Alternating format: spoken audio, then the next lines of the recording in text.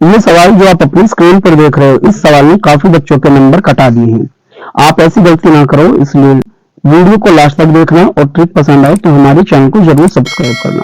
सवाल देख सकते हो, आपकी स्क्रीन पर है, दिया हुआ है 1/4, 1 into 4, 1/4 into 7 plus 1/7 into 10 dash dash चलता गया और लास्ट में है 1/19 into 22।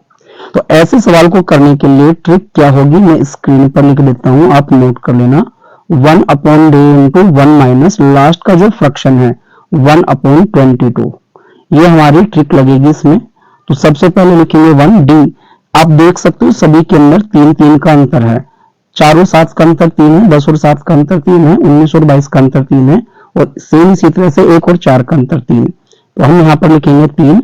इस 22 में से 1 को घटाएंगे तो बचेगा 21 और बटे में ये वाला 22 एज इट ही रखेंगे।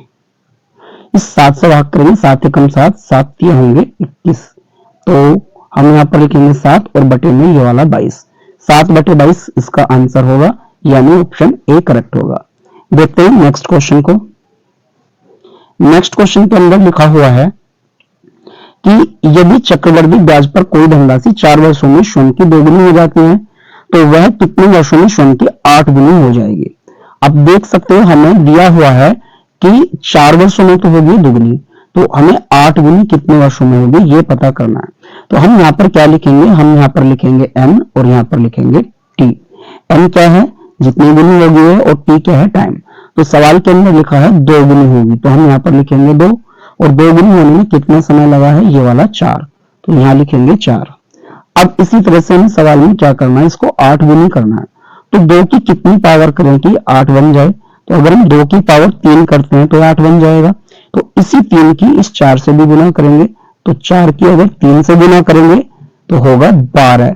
तो 12 वर्ष में जो है वो 8 गुनी हो जाएगी, यानी ऑप्शन ए ही करेक्ट होगा। देखते हैं नेक्स्ट ट्रिक को।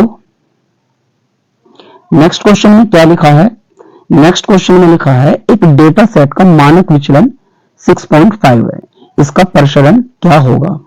तो हमें मानक विचलन दिया है, मानक विचलन को हम छोटे सिग्मा से रिप्रेजेंट करते हैं। तो इसकी वैल्यू कितनी दी हुई है, ये दी हुई है 6.5।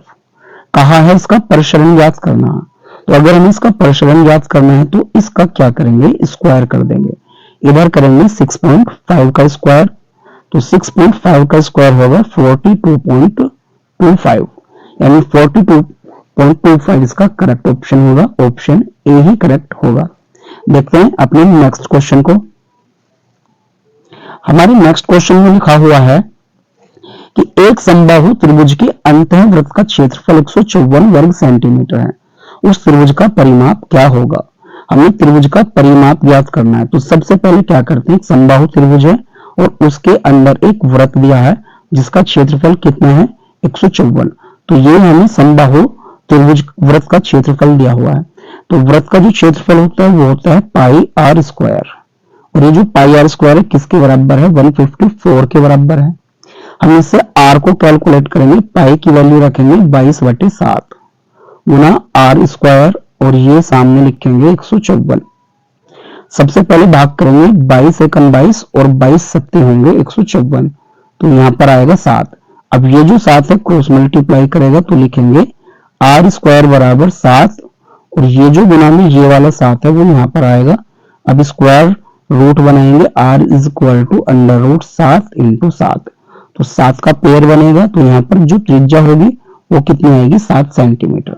अब सवाल के अंदर कहा गया है जो त्रिभुज है उसका परिमाप बताना।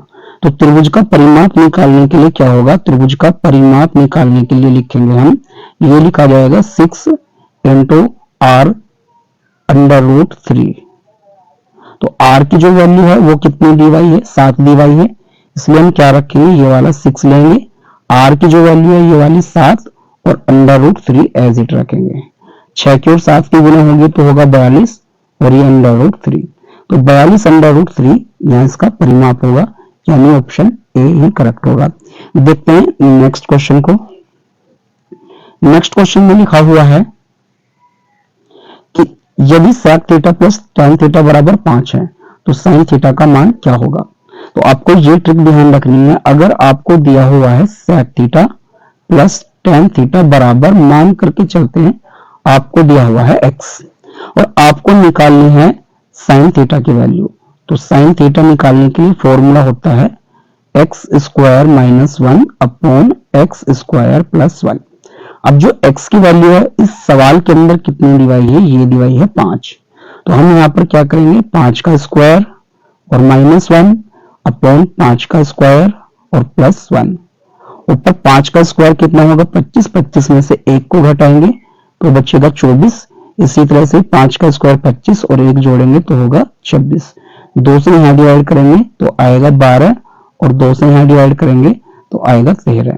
तो 12/13 इसका आंसर होगा, यानी ऑप्शन ए ही करेक्ट होगा। उम्मीद करता हूँ ये ट्रिक्स आपको पसंद आई होंगी। तो ऐसे ही ट्रिक्स पाने के लिए हमारे चैनल को सब्सक्राइब करें और बेल आइकन प्रेस करें ताकि आने वाली वीडियो का नोटिफिकेशन आपको मिलता रहे।